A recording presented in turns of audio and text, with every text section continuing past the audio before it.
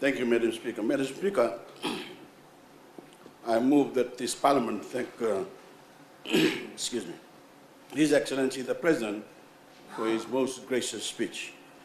Let me be the first to say that I fully embrace his challenge to all of us, that we work together, irrespective of political party, to serve the best interests of all Fijians. Madam Speaker, it is a great honor for me to make my maiden speech as the Prime Minister, having led the Fiji First Party to another victory in our general election. On the subject of victory, Madam Speaker, let's all kick off this new session by giving a big vinagabokaleu to our flying Fijians and head coach John McKee for their remarkable upset win over France this past weekend. Our first ever victory over the French, Madam Speaker, one of the most dominant forces in world rugby. To John McKee and his flying Fijians, you are making your mark on Fiji 15th rugby, establishing a new era of greatness of your own, and with the World Cup around the corner, we certainly have a lot to look forward to in 2019. And I also want to, Madam Speaker, give a big congratulations to our Fiji Airways Fijiana for their dominant performance at the Oceania Rugby Championship, where they defended their title with another first place victory.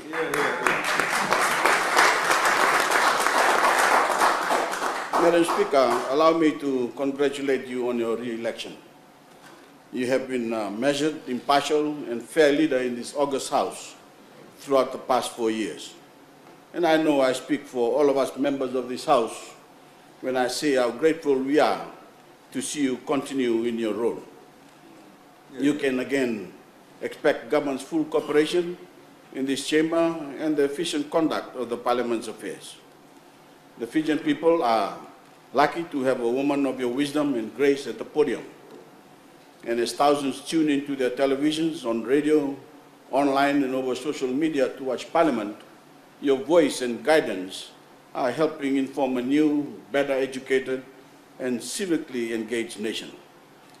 Through your work, you are inspiring young Fijian girls all around the country, knowing that they can one day be the ones to lead the way in shaping our great Fijian future.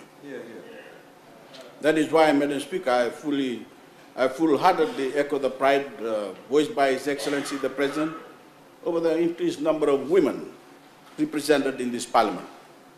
It would be foolish to claim that we have yet achieved equitable representation for women among our membership or in Fijian society at large, as there remains a considerable amount of work to be done to empower women leaders in this country. But progress has been made, Madam Speaker, and that progress must be celebrated regardless of political party. So I welcome back the Honorable Rosie Akbar, Honorable Merseni Buniwanga, Honorable Vina Batnagan, who will serve as your Deputy Speaker, the Honorable Rotemu Mukepa, and the Honorable Salote Rondrondo. And give a first warm welcome to Honorable Pramila Kumar, Honorable Selai Anjumaitonga, and the Honorable Angelitia Ngioni Barabi. Honorable Madam Speaker, my wife Mary has also asked me to extend a special welcome to the women of Kondabu, who are now represented in Parliament, the Honorable Lenora Ngerengere Tambua and Honorable Linda Tambuya.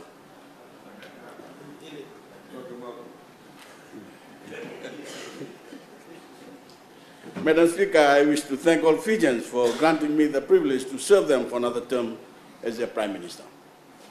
I speak for all the members of Fiji First when I say that we are grateful for their trust, their confidence, and their support as we continue the effort to take our nation forward.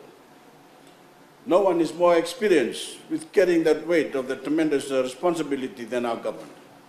And I wish to assure the Fijian people that I will never rest in my efforts to serve our nation, to move Fiji forward, and to lead a government that sets an example for integrity, decency, transparency, and respect for all Fijians. The re-election of the Fiji First government is a victory, but not for me personally or for my party. It is a victory, Madam Speaker, for Fiji, for our continued development as a nation, for our common and equal citizenry, and for the sacred promise of equality in our society. That is what Fiji First has always stood for, and that is what the Fijian people have chosen. I wish to reassure them that they have put their trust in proven leadership. They have placed their faith in our unity and togetherness, and they have rejected the politics of fear and division. They have chosen to keep Fiji on the great path of progress charted by this government. They have chosen to keep our economy strong and growing, and they have chosen to welcome new and better opportunities. They have chosen to keep Fiji a leader among nations, a country on the front lines fighting for the causes that matter most to our people, our culture, our way of life, and our security for generations to come. As I re-enter this Parliament, Madam Speaker, I recall the swell of pride and patriotism I felt back in 2014, when we first returned to this chamber to mark the start of our new and genuine parliamentary democracy. I share the sentiment expressed by His Excellency, that those feelings within me have not been diminished as the years have passed. In fact, since that time, 4 years ago, my pride has only intensified. My commitment has only strengthened. My sense of duty has only grown more profound as I remain ready and committed as ever to continuing the work of this House. Madam Speaker, it is one thing to deliver the foundation for a new democracy, to introduce a new constitution, to establish strong institutions and form a strong government, but it is quite another to ensure that achievement endures the inevitable and rigorous test of time. And by successfully holding our second genuine parliamentary elections, we have solidified the historic achievement of our new democracy under the 2013 Fijian Constitution. And that is a victory shared by all of us as representatives of our people and by every Fijian.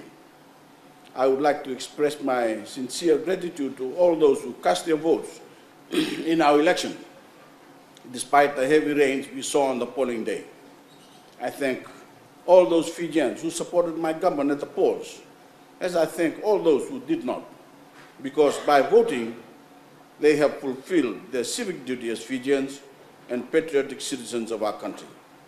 And I assure you, we have heard you. I'm here to serve you as Prime Minister. I'm here to listen to you and take your concerns seriously. I'm here to bring the change our nation needs to confront the challenges on the horizon. And I'm here to build a better future for all Fijians, wherever they may be in the country. Madam Speaker, the basic tenets of the Fiji First government's leadership shall remain steadfastly in place over our next term in government. Our leadership will remain principled, transparent, and accountable. In every decision, in every action we take, our chief consideration will remain the well-being of the Fijian people, all of our people, not only some communities, not only some types of people from certain types of background, not only people from certain provinces, but for all our people. That unbreakable assurance from my government is a first for Fiji. And I believe that level of commitment remains the only true path to an inclusive and equitable Fijian society. We shall maintain our steady, consistent, and responsible financial management of our economy, and we shall strive to keep our economy on its record course of development, building on our historic 9 consecutive years of economic growth.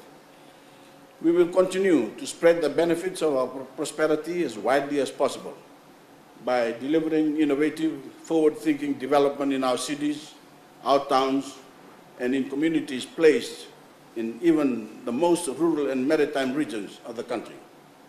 We shall continue to expand access to critical services, such as our network of roads, water, electricity, and telecommunications, including the new free Wi-Fi hotspots we've launched across the country. And we will continue to make government services more available and simpler for Fijians to use and understand. we should continue to deliver new and better infrastructure, built to a quality that can withstand the ever-increasing frequency of cyclones which are striking our country year after year. We shall continue to protect the communal ownership of iTaukei land in this country. Zero iTaukei land has been lost through the entirety of my leadership as Prime Minister. And I'm the only leader and minister in this room, Madam Speaker, who can claim such a record. A record in that regard will remain untarnished in the years to come. Very poor. Very poor. Very poor. Spill your life. Spill your life. Tell the truth. Madam Speaker. Honourable Prime Minister is awaiting a chance to continue. Thank you. Please give him the chance to continue. Madam Speaker, our record in that regard will remain untarnished in the years to come, as we find new ways to not only protect and preserve iTaukei land, but continue to help landowners tap into its full economic potential with a full offering of development assistance, from planning to grants to construction. I challenge everyone in this chamber to recognize that false fear-mongering among landlords tears countries apart, limits economic potential, and pulls us all down.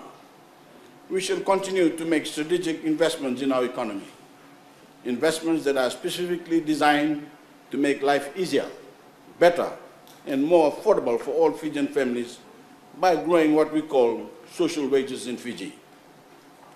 That includes free water and subsidized electricity. That includes our historic achievement of making education free, of subsidizing transportation to school, and providing free textbooks, as well as allocating massive new funding towards tertiary loans and scholarships, led by our most recent $1 billion allocation towards the Fijian education system. And that, Madam Speaker, includes the comprehensive package of family assistance we launched this financial year, the expanded maternity leave, the introduction of paternity leave and family care leave, and parenthood assistance payments to new mothers on the birth of a child. But we're not only reducing the cost burden on Fijian families, we're actually putting more money in their pockets. Already, Madam Speaker, we have lowered VAT across the board to 9% and freed Fijians to earn under $30,000 a year from paying any income tax at all. And we will continue to raise the spending power of Fijians everywhere by maintaining a stable and competitive marketplace and by pursuing policies that build confidence in our economy, attract investment, create new employment, and reduce the cost of living for our citizens.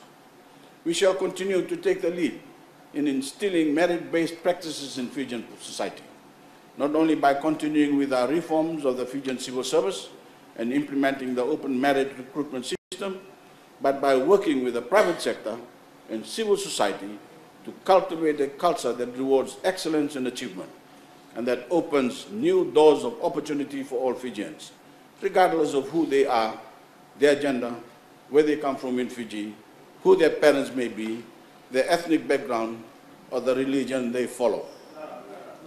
Particularly, Madam Speaker, we will listen, learn, and work to empower the young people of this country. And that is work that I ideally hope sees the endorsement of every member of this august House. Madam Speaker, while our party name Fiji First speaks to our #1 priority, putting the people of Fiji first in everything we do, our spirit of Fijian fortitude and foresight continues to help shape a brighter economic future for all of humankind. This vision of a better future has, for the first time in Fiji's history, expanded far beyond our own borders.